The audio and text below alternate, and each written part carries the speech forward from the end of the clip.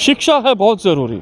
जैसे शिक्षा ना हो तो भविष्य ना हो, इसमें कोई दोहराई नहीं है। मगर मैं आज आपको हम बताएंगे कि देश की पहली शिक्षित महिला कौन थी, वो भी बताएंगे और ये भी बताएंगे आखिर बाबा साहब को सिंबल ऑफ नॉलेज क्यों कहा जाता है। एक बार ये दिखाएं बाबा साहब की तस्वीर दिखाएं, और साथ में ज्योतिबा फुले जी की आज जयंती है और इनकी तस्वीर भी दिखाएं। एक बार कैमरा पर्सन कहूँगा दिखाएं। और शुरुआत हम करेंगे देश की शिक्षित नारी कौन थी, हम यहाँ से परिचय लेंगे। सर एक बार नाम बता दीजिए। मैं कमल कुमार निम्बल, पूर्व डिपो प्रधान, राज्य का वरिष्ठ सदस्य। जी निमल जी, शुरुआत करेंगे शिक्षा से।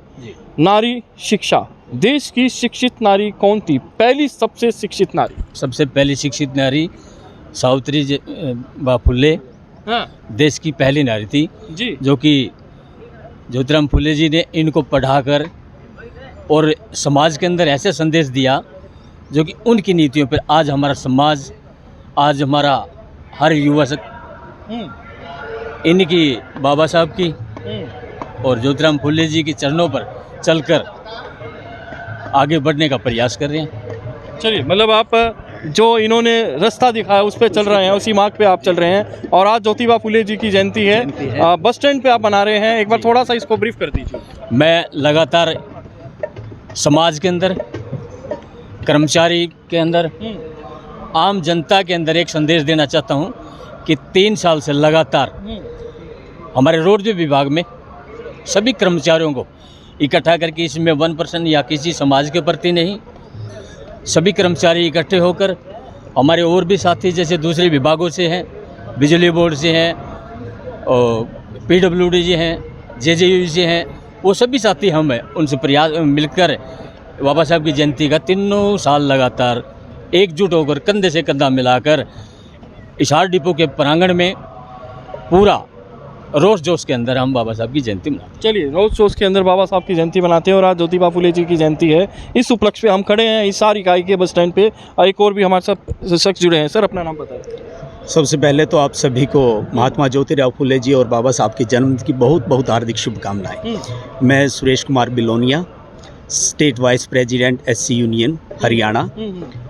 आज बाबा साहब जी की जयंती और महात्मा फुले जी की जयंती एक साथ मना रहे हैं हरियाणा रोडवेज के अंदर हिसार डिपो में SC यूनियन के तत्वाधान में। तो बाबा साहब जी ने और महात्मा ज्योतिराव फुले जी ने शिक्षा के बारे में बहुत अच्छी बातें कही है कि महात्मा ज्योतिराव फुले जी ने कहा है कि शिक्षा बिना नीति गई और नीति बिना गति गई, गति के बिना धन गया और धन के बिना आदमी कुछ भी नहीं है। इसी प्रकार बाबा साहब जी ने कहा था कि शिक्षा उस शेरनी का दूध है जो पिएगा वही दहाड़ेगा। जब महिलाओं को पढ़ने लिखने का कोई अधिकार नहीं था तो महात्मा ज्योतिराव फुले जी ने अपनी पत्नी को 11 वर्ष की अवस्था में पढ़ाया और उनको देश की सबसे पहले महिला शिक्षित महिला माता सावित्रीबाई फुले, जिन्होंने महिलाओं के लिए बड़ा उत्थान किया। तो बाबा साहब जी ने और महात्मा ज्योतिराव फुले जी ने कि एक तरफ शिक्षा के ऊपर हर किसी विषय पर शिक्षा के बारे में ही किया है कि महात्मा ज्योतिराव फुले जी ने कहा कि सुबह 2 प्रकार की घंटियां बजती है, एक मंदिर की और एक विद्यालय की। जो मंदिर की घंटी बजती है वो पाखंड की ओर आदमी को उत्तेजित करती है, ले जाती है, लेकिन जो शिक्षा की घंटी बजती है तो वो आदमी को अपने अधिकार के लिए प्रेरित करती है और अपने विचारों को अपना अधिकार मांगने के लिए प्रेरित करती है। शिक्षित आदमी वही है जो अपने अधिकार के लिए लड़े। तो जो भी बाबा साहब जी ने और महात्मा ज्योतिराव फुले जी ने जो बात कही है वो इसी प्रकार कही है कि महात्मा ज्योतिराव फुले जी ने और बाबा साहब ने कहा था कि जिसको अपना अधिकार चाहिए उसे लड़ना होगा, जिसको अपना अधिकार चाहिए उसे लड़ना होगा और लड़ने के लिए पहले पढ़ना होगा। अगर बिना पढ़े तुम जाओगे तो तुम्हारी हार बिल्कुल निश्चित। चलिए, लड़ने के लिए पढ़ना होगा, बात वही है, शिक्षा है तो कल है। सर क्या नाम है आपका? सर मैं डॉक्टर राजकुमार माला जी, और Haryana power corporation SC ST BC employee union का स्टेट ऑडिटर हूँ जी। सबसे पहले तो मैं आपका चैनल का धन्यवाद करना चाहता हूँ कि आज आप बाबा साहब की जयंती और महात्मा ज्योतिबा फुले की जयंती के उपलक्ष्य में इस रोडवेज के वर्कशॉप के प्रांगण में आए। तो हम पूरे हरियाणा प्रदेश की सभी संगठनों की तरफ से आपका थैंक्स करते हैं। सबसे बड़ी बात यह कि जो मीडिया का जो चैनल है और जो मीडिया से रिलेटेड जितने भी चैनल है या लोग हैं, इस प्रकार के जो कार्यक्रम है बाबा साहब से रिलेटेड, उन कार्यक्रमों में भागीदारी कम निभाते हैं।